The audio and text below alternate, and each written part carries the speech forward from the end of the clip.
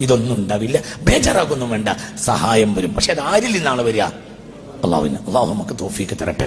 മൂന്നാമത് ഞാൻ നിങ്ങളോട് പറയാൻ പോകുന്ന കാര്യം, ഇറാനുമായി ഒരു യുദ്ധം സത്യമായി ഉണ്ടായിരിക്കും. അത് യാതൊരു സംശയവും വേണ്ട, അത് നടന്നേ തീരും. അത് വളരെ താമസിയാതെ നടക്കുകയും ചെയ്യും.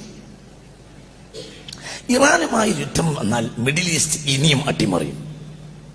മിഡിൽ ഈസ്റ്റ് അട്ടിമറിഞ്ഞാൽ നമ്മുടെ സാമ്പത്തിക സ്രോതസ് മുഴുവനും നശിച്ചു.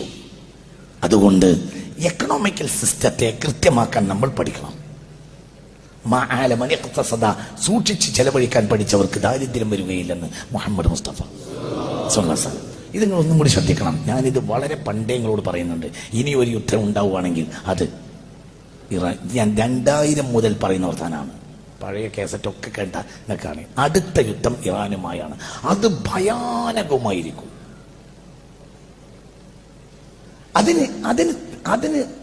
അതിനാരാ ചെയ്യുക? അതിന് മറ്റുള്ളവരാണ് ചെയ്യുക. എന്തുകൊണ്ട്? ഒരു നഷ്ടവും അവർക്കില്ല.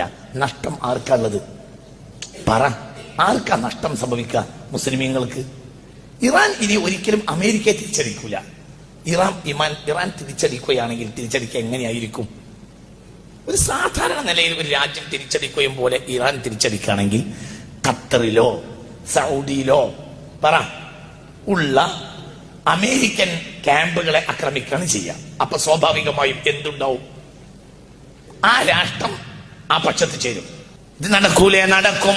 ഇത് നടന്നേ തീരൂ. ഇറാനുമായി യുദ്ധം അനിവാര്യമാണ്. അത് നടന്നേ തീരൂ. അത് ഫിത്നത്തുൻ അമ്മാഉ സമ്മാഉ അമ്മിയാ.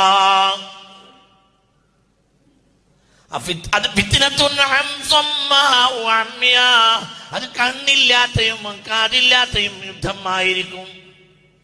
മനുഷ്യരാശി ഇന്ന് വരെ കണ്ടതിൽ വെച്ച് വലിയ യുദ്ധം സംഭവിക്കും. അതിന് ഇനി കാലതാമസമില്ല.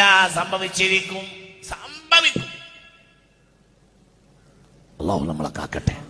ഇത് നിങ്ങൾ ആരോട് ചോദിച്ചാ പറയുന്നത്? ഇത് മുത്തുനബി പറഞ്ഞതാ, മുത്ത് മുഹമ്മദ് മുസ്തഫ. ഞാൻ കുറെ കാലങ്ങളായി നിങ്ങൾ കുറെ കാര്യങ്ങൾ പറയാറുണ്ട്. അതങ്ങനെ തന്നെ നടക്കാറുണ്ട്. അതൊരു കവടി നേരത്തെ പറയുന്ന വർത്താനല്ല. അതങ്ങനെ സംഭവിക്കൂ. അതിന്റെ രീതി അങ്ങനെയാണ്. അതിന്റെ രീതി കണ്ടാൽ അങ്ങനെയാണ്. അത് അങ്ങനെ വരൂ. അള്ളാഹു നമ്മളെ കാക്കട്ടെ. അത് സംഭവിക്കും. അത് സംഭവിക്കും. സംഭവിച്ചത് കഴിഞ്ഞാൽ ഇനി മിഡിൽ ഈസ്റ്റിൽ ഒരു യുദ്ധം ഉണ്ടായാൽ ഒരിക്കലും എക്കണോമിക്കൽ സിസ്റ്റം നേരെ നിർത്താൻ കഴിയൂല. അത് ഏറ്റവും ബാധിക്കുക കേരളത്തിനെയാണ്. അനാവശ്യമായ ഷോപ്പിങ്ങുകളിൽ പെണ്ണുങ്ങളെ നിയന്ത്രിക്കണം. ഇന്നത്തെ നമ്മളെ സാഹചര്യം ഇപ്പോഴും നമ്മളെ പെണ്ണുങ്ങൾ